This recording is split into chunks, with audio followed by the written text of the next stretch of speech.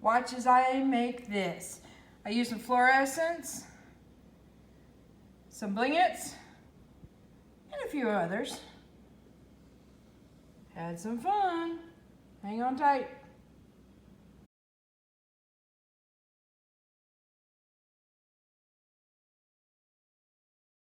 Hey everyone.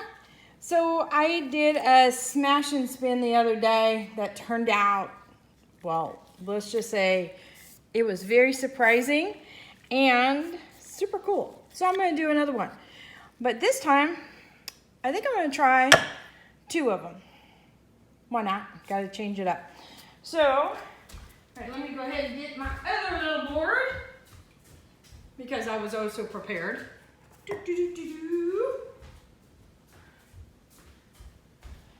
Okay, so I got 2 of these little guys. And let's see. I have to think about this while I start planning it out a little bit. Okay, so the other one, I did a rotation this way. So I think what I'm going to do is one that goes this way and maybe one that goes that way. I don't know. Or maybe possibly 2 going down. That could be actually kind of interesting. Here, and just take it and spin and rotate down. Yep, that's the plan. Got one. Okay. So, first thing we're going to do, which is, I know, oh so exciting, but is very helpful, is put a little coat of resin on both of these guys. And that gets the ball rolling. So that way the colors move very smoothly. So I'm using my go-to resin, which is Stone Coat Art Coat. And it's got a long working time, which is very helpful because I plan out my projects. Or sometimes I go with the flow, and sometimes a piece takes me a little bit longer because I want to manipulate it different ways or get an idea midway through. And it's like, oh, I could add this to it and this to it, that kind of thing. So it gives me I've almost gotten 2 hours out of this stuff. It's amazing. So, and I have yet to get a finish that I'm not happy with. And that says a lot. So I'm just putting a thin coat on all of this, and that is mainly because I'm going to be adding other resin to it with the colors. And between that, the colors in this thin coat, I'm going to be set.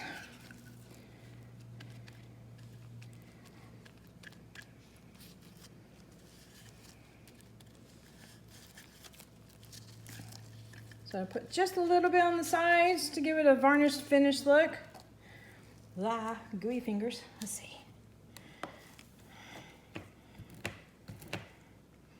I usually scrape off my fingers onto my clear resin cup because I can always get a little bit more resin off my gloves before I move to the colors. So what I've got today is I've got some bright colors. I've got some 2 fluorescents, a pink and a violet color, and a interference color. So I'm going to try and keep it simple. I've also got some Stone Coat base tint, and that will help me out with creating some cells. Because I would imagine that the bulk of the color is going to be really strong here where I make a puddle pour. And then when I drag the piece across, ooh, wait a minute, that one might actually look interesting. I'm going to do a little snake. Okay. Let me adjust this a hair closer. Just a little bit more on frame there. Okay, so do a puddle pour here, push the canvas on top, wiggle it a little bit, get good contact, do a little sneaky S, go off my canvas. So this tail of it will get thinner and thinner, and I bet the Stone Coat will really help out in that area with cells. So I'm going to start with a little puddle pour of Stone Coat here, and then one also on my little canvas. And that way both canvases have something to help them out with making cells. Okay, so let me think.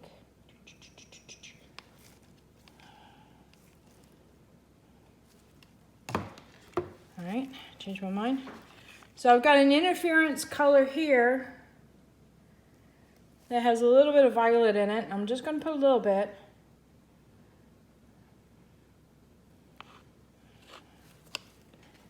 A little bit of fluorescent violet right here.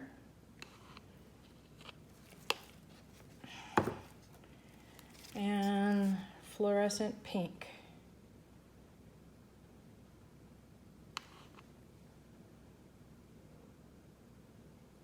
A little bit more. Now I might do the opposite of the piece when I press it down. So I'm going to do one at a time here. That way I have control. Haha. You like that control thought?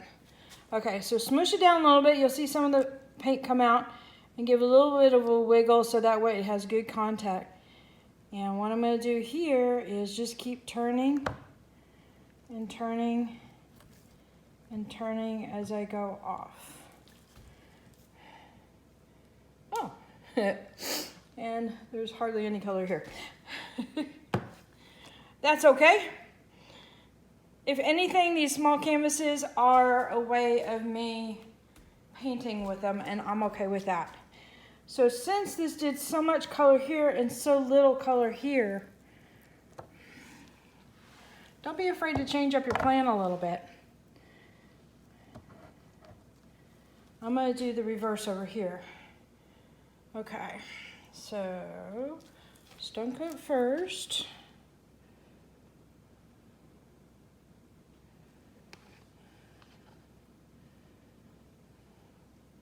And I'm going to just go ahead, just for grins, because you never know sometimes.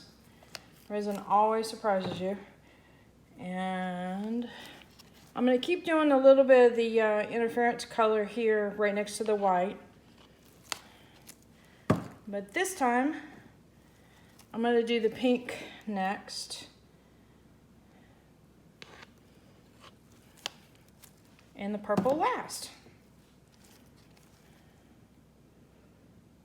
Might make a difference, might not. All right. This time I didn't put the puddle pour close to the edge. And I'm just curious on that. So I got that down, smush it a little bit.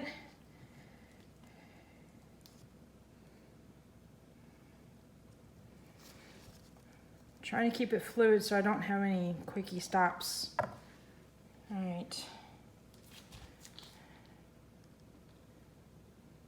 Almost. All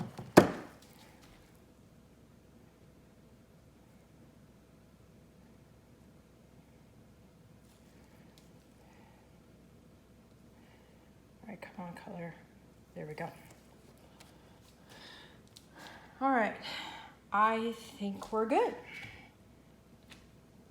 So I'm going to encourage a little bit of the color to come over here.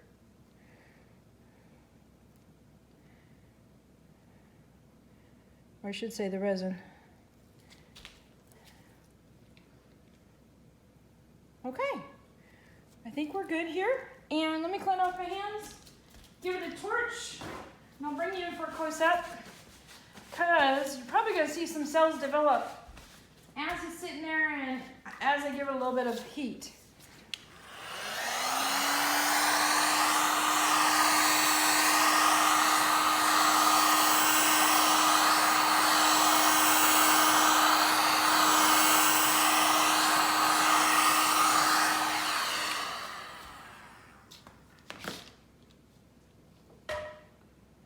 All right, now I'm seeing this zone here looks a little bare. I'm going to drop some clear in here real quick.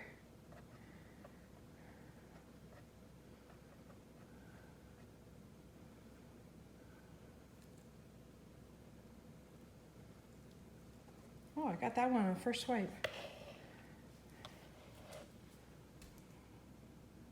If If you can, check your pieces from an angle, especially with it being such a shiny medium.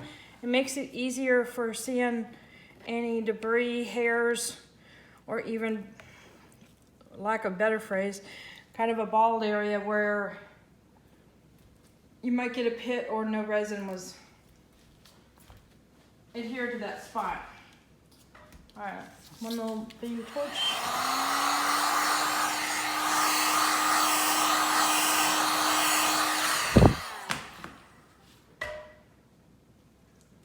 Now I might try this later on where I actually drag something, I don't know, like maybe a spatula or a skewer or something like that through the middle and see if I can create an intentional feather. Come on. All right, bring you in for a close-up here. So this guy is going to surprise me tomorrow when it all cures up, because it's going to continue to create cells. As you can see, it's going pretty bananas right now. I love how that feathers out right there into the white.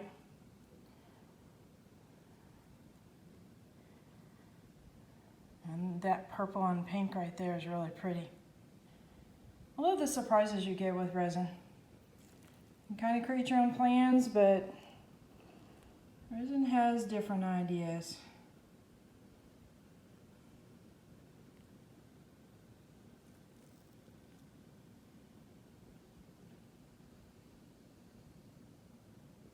Ooh, this is going to look really neat. All right. See you later on tomorrow when this thing's done cooking. Bye. All right, here's the next day. And bring you for a close-up. Turned out amazing. Super happy.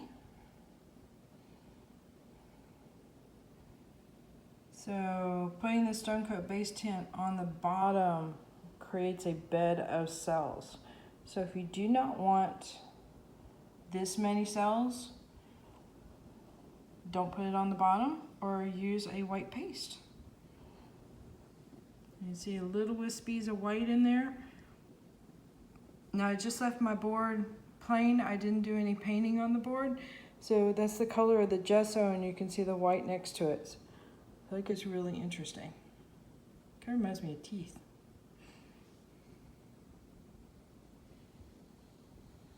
So pretty cool. Easy way to make cells. Easy way to do resin painting.